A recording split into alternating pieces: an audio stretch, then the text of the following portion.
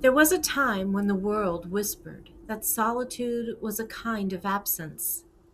Villages gathered close against the cold. Voices rose together in firelit rooms, and laughter sparkled like flames to keep the silence at bay. Beyond these borders, they spoke of the wild places in hushed tones, where the wind wandered untouched and the sky stretched too vast to be safe. Those lands, they said, were empty and ominous.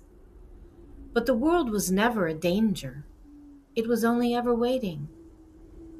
Far beyond the reach of lantern light, where the mountains rose like sentinels of something ancient and patient, there lay a valley shaped by stillness.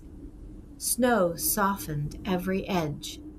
The winds curled into gentle zephyrs, and even the rivers tumbled without urgency.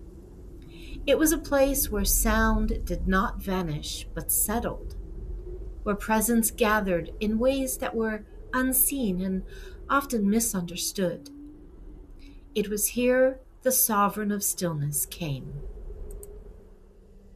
No one knew when the sovereign first arrived. Some imagined his arrival was a form of exile, a figure once held within the warmth of many, now cast into solitude. Others believed it a choice, a turning away from the noise of the world towards something deeper and unnamed. The truth was simpler and far more difficult to accept. He had not been driven away by angry mobs, nor had he fled. He had chosen to explore the silence in search of something more. At first, the stillness was a vast, unyielding thing, pressing in from all sides, unbroken, unrelenting, offering no reflection and no reply. There were no voices to answer the sovereign's thoughts, no presence to soften the edges of his memory. The wind didn't care who he had been, and the mountains offered no solace for what he had carried in the beforetime. Night after night, the steely cold settled close, and the stars shone from great distances overhead, without guidance, their brilliance vast and indifferent. He could have chosen to return back to the world of voices and noise, following the paths that had never truly vanished. Yet each time he turned toward it, something within him whispered, "Hold fast." It was not fear, but a sense of knowing that was not yet formed into something tangible. And so he remained, not in defiance, but in a kind of patience he didn't yet understand.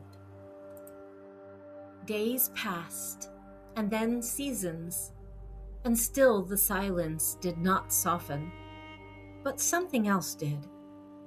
Where once he had strained to fill the quiet with thoughts, feelings, and plans, he began, almost without noticing, to listen to the hush.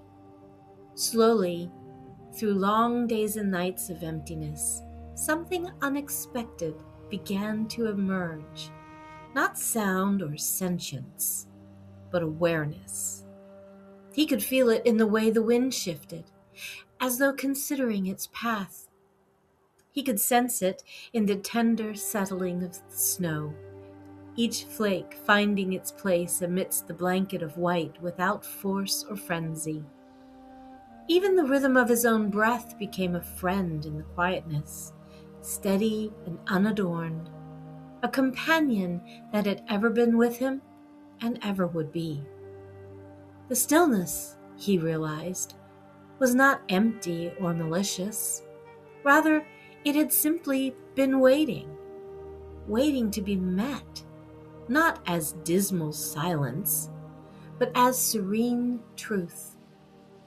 In time, the valley began to answer him, though not with words. The starlit skies twinkled to him in greeting. The whispering winds caressed his face with tender hands, and everything that had once felt overwhelming seemed to draw closer. Music formed out of the solitude, shaped by the soliloquous voice of the wind, the murmuring laughter of tumbling waters, and the delicate harmonization of fluttering wings and howling voices from afar. He was no longer alone within an oppressive landscape. He was a living part of it. It was on a night when the shimmering auroras rose in sublime brilliance that the change revealed itself fully, unfurling across the heavens in slow, luminous ribbons, the colors weaving and dissolving like memory made visible. He realized the light moved without urgency or demand, but simply became what it was meant to be. Standing beneath that living sky, the sovereign sighed, deep and long. No questions lingered within him, no quiet torment pulling at his thoughts, and no sense of absence or lack remained. For the first time in many seasons, there was no need to become anything, build anything, or fill any space. He was simply there, present, realizing that every moment was beautiful in and of itself. And in that moment of communion with the wind and the sky, something inside him settled, quietly yet irrevocably, as though a crown, long unrecognized, had finally found its place. Travelers who passed through the valley would later speak of it in uncertain tones. Some glimpsed a figure at the edge of sight, standing where the land met the sky, untouched by the cold and unmoved by the vastness. Others felt it as a subtle shift within themselves, a quieting, a loosening of the urgency they had carried across so many miles. And a rare few lingered long enough to understand. They felt the absence of need, not emptiness, not loneliness. Instead, they understood the stillness was completeness so steady it required nothing to sustain it. And although they couldn't quite name what had changed within them, they carried this sense of harmony when they left, like a small, steady light that didn't flicker or vanish in the wind. The world beyond continued to shout, to demand, to fill its spaces with noise and anger and longing, often taking far more than it returned, leaving unrest in its wake.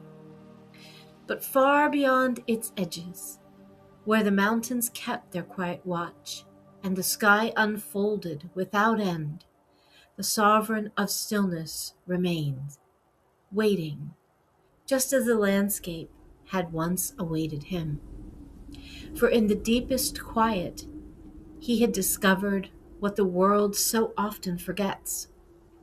To stand alone is not to be without, but to be wholly present with all that is. And in that presence, nothing is missing, nothing is waiting to be filled, nothing is lost. There, in the vast and listening stillness, we do not merely endure, we become.